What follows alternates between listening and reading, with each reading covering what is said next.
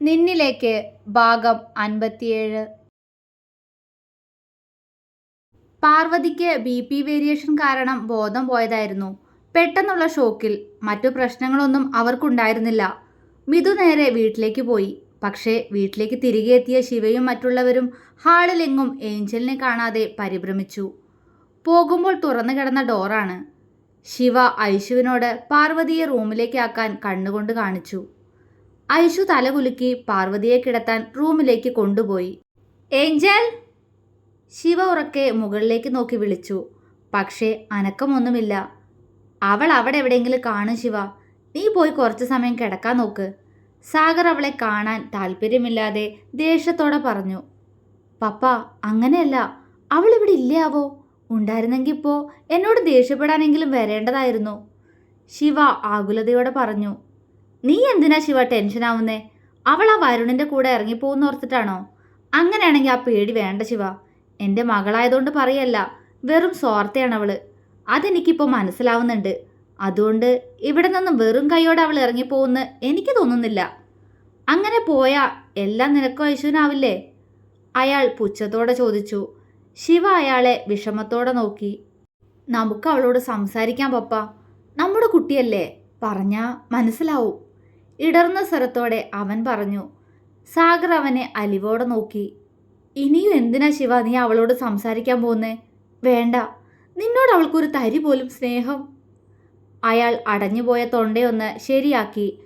ശിവയുടെ കണ്ണുകൾ നിറഞ്ഞു. 3 മക്കളെയും ഒരുപോലെ തന്നെ സ്നേഹിച്ച്. എന്നിട്ടും എവിടെ ശിവ പപ്പയ്ക്ക് തെറ്റുപറ്റിയേ? അയാൾ ചോദിച്ചു. പപ്പ. അവൻ അയാളുടെ തോളിൽ അമർത്തിപ്പിടിച്ചു. സാരല്ല, പറഞ്ഞു നോക്കാം. അല്ലെങ്കിൽ അനുസരിപ്പിക്കാൻ എനിക്കറിയാം, അയാൾ ഗൗരവത്തോടെ പറഞ്ഞു. ശിവ തലയാട്ടിക്കൊണ്ട് മുകളിലേക്ക് നടന്നു. എവിടേക്കാ മോനെ? അയാൾ ചോദിച്ചു. ഞാൻ അവളെ അടിച്ചു പപ്പ.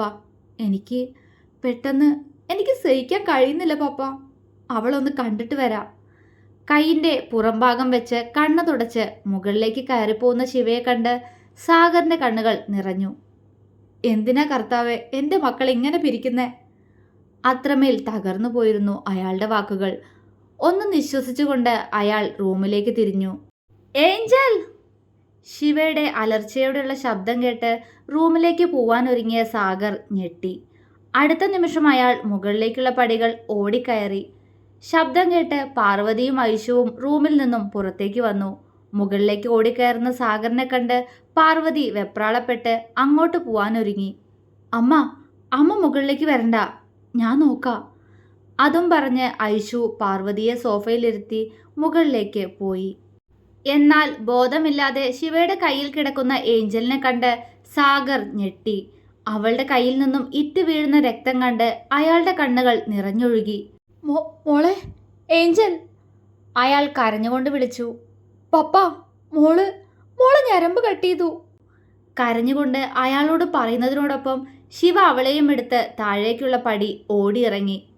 ശിവയുടെ കയ്യിൽ വാടിയ പൂ പോലെ കിടക്കുന്ന ഏഞ്ചലിനെ കണ്ട് പാർവതി നെഞ്ചിൽ കൈവച്ചുപോയി. കണ്ണുകൾ പെയ്തു. ഒരു കുടുംബത്തെ മൊത്തം അവൾ കണ്ണുനീരിലാഴ്ത്തി. വരുണിൻ്റെ കൈകൊണ്ട് തൻ്റെ കഴുത്തിലേക്ക് താലി വീഴുമ്പോൾ ഏഞ്ചലിന് അത് പ്രണയ സാക്ഷാത്കാരത്തിൻ്റെ ദിനമായിരുന്നു. പക്ഷേ അവളെ ഒരു താലിമാലയ്ക്കുള്ളിൽ ബന്ധിച്ചുകൊണ്ട് വരുൺ നേരെ നോക്കിയത് ശിവയെയാണ്. അവൻ്റെ നോട്ടം കണ്ട് ശിവയുടെ കണ്ണുകളിൽ അവനോട് തെളിഞ്ഞത് യാചനയായിരുന്നു. അത് മനസ്സിലായ പോലെ അവൻ ശിവയെ നോക്കി ചുണ്ടുകൊട്ടിക്കൊണ്ട് ഏഞ്ചലിനെ ഒരു കൈയാൽ ചേർത്തു പിടിച്ചു. കാഴ്ചക്കാരായി നിന്ന അവളുടെ മാതാപിതാക്കളുടെ കണ്ണിലെ മകളെക്കുറിച്ച് ഓർത്തുകൊണ്ടുള്ള വേദന ഏഞ്ചൽ അറിഞ്ഞില്ല. ഐശു ശിവയുടെ കയ്യിൽ ചുറ്റിപ്പിടിച്ച് അവൻ്റെ നെഞ്ചിലേക്ക് ചാഞ്ഞു നിന്ന് കരയുകയായിരുന്നു ആ സമയം. അവളുടെ തലയിൽ തലോടിക്കൊണ്ട് നിൽക്കുമ്പോഴും ശിവയുടെ ഇടത് കൈ മിഥുൻ്റെ കൈകളെ മുറുക്കെ പിടിച്ചിരുന്നു. അവൻ്റെ പ്രണയമായിരുന്നു. അവൻ്റെ ഉള്ളിലെ വേദന ശിവയ്ക്ക് ഊഹിക്കാൻ കഴിയുമായിരുന്നു. ആദ്യമായി ആ കണ്ണുകളിൽ ഏഞ്ചലിനോട് കണ്ട ഭാവത്തിൽ സന്തോഷം തോന്നിയിട്ടുള്ളൂ എനിക്കും ഐശുവിനും. പക്ഷെ ഇപ്പോൾ അവൻ്റെ കലങ്ങിയ കണ്ണുകൾ കാണാനുള്ള ശക്തി തനിക്കില്ല. ശിവ വേദനയോടെ ഓർത്തു.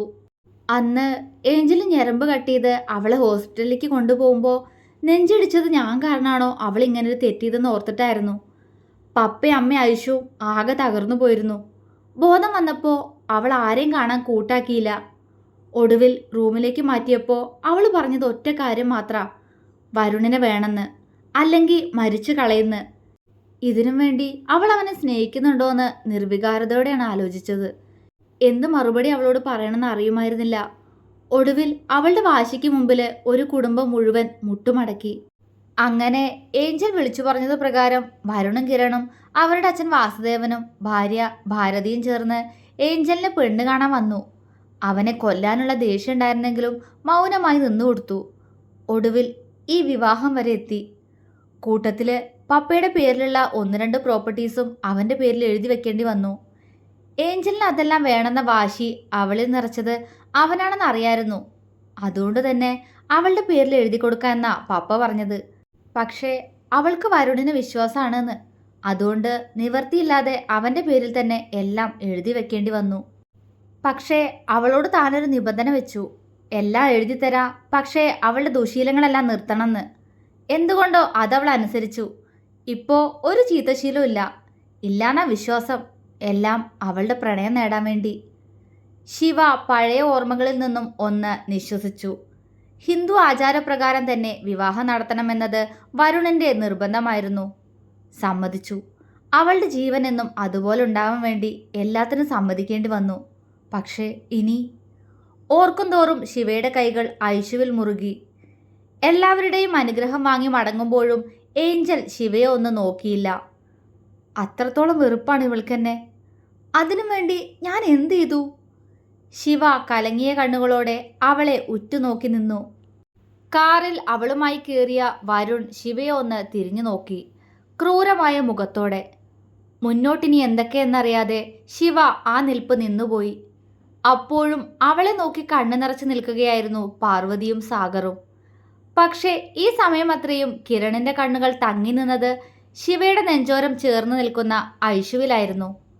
അവളെ തന്നെ ഉറ്റുനോക്കിക്കൊണ്ട് അവൻ കാറിലേക്ക് കയറി. സ്വയം കീഴ്ചുണ്ടിൽ പല്ലുകൾ ആഴ്ത്തിക്കൊണ്ട് അവൻ ഒന്ന് ചിരിച്ചു. 3 മാസങ്ങൾക്ക് ശേഷം കയ്യിൽ വിലങ്ങ് വെച്ച് മുകളിലെ റൂമിൽ നിന്നും താഴേക്ക് ഇറങ്ങി വരുന്ന ശിവയെ കണ്ട് പാർവതിയും സാഗറും മുഖം പൊത്തി പൊട്ടിക്കരഞ്ഞു. ഐശു മിഥുനെ ചുറ്റിപ്പിടിച്ച് അവൻ്റെ നെഞ്ചിലേക്ക് മുഖം പൂഴ്ത്തി തേങ്ങിക്കരഞ്ഞു. അവളുടെ ശരീരം വിറയ്ക്കുന്നുണ്ടായിരുന്നു. മിഥുനും കരയുകയായിരുന്നു, ചുറ്റും എന്താണ് നടക്കുന്നതെന്നറിയാതെ. പക്ഷേ ശിവയുടെ മുഖം നിർവികാരമായിരുന്നു. സാഗറിന്റെ മുന്നിലെത്തിയതും അവൻ ഒന്ന് നിന്നു. മുഖത്തും ഡ്രസ്സിലുമാകെ ചോരക്കറയുമായി നിൽക്കുന്ന ശിവയെ കണ്ട് നാവ് പോലും ഉയർത്താൻ കഴിയാതെ സാഗർ അവനെ ഉറ്റുനോക്കി. ഐശു, അവളെ നോക്കിക്കോണേ പപ്പ. ശിവ സാഗറിനെ നോക്കിക്കൊണ്ട് പറഞ്ഞു. ശിവ. പാർവതി പൊട്ടിക്കരഞ്ഞുകൊണ്ട് അവനെ വിളിച്ചു. പക്ഷേ അവൻ്റെ നോട്ടം മിഥുൻ്റെ നെഞ്ചിൽ മുഖം പൂഴ്ത്തി നിൽക്കുന്ന ഐശുവിലാണ്. അവളുടെ പൊട്ടിയ ചുണ്ടും കീറിപ്പറഞ്ഞ വസ്ത്രങ്ങളും കണ്ട് അവൻ്റെ കണ്ണുകൾ നിറഞ്ഞൊഴുകി. എൻ്റെ അനിയത്തി, അവൻ വിതുമ്പി. നടക്കട അങ്ങോട്ട്. പെട്ടെന്ന് ഒരു പോലീസുകാരൻ അവനെ പുറകിൽ നിന്നും തള്ളി. ശിവ അയാളെ ഒന്ന് നോക്കി കണ്ണുകൾ തുടച്ചുകൊണ്ട് പോലീസ് ജീപ്പിനകത്തേക്ക് കയറി.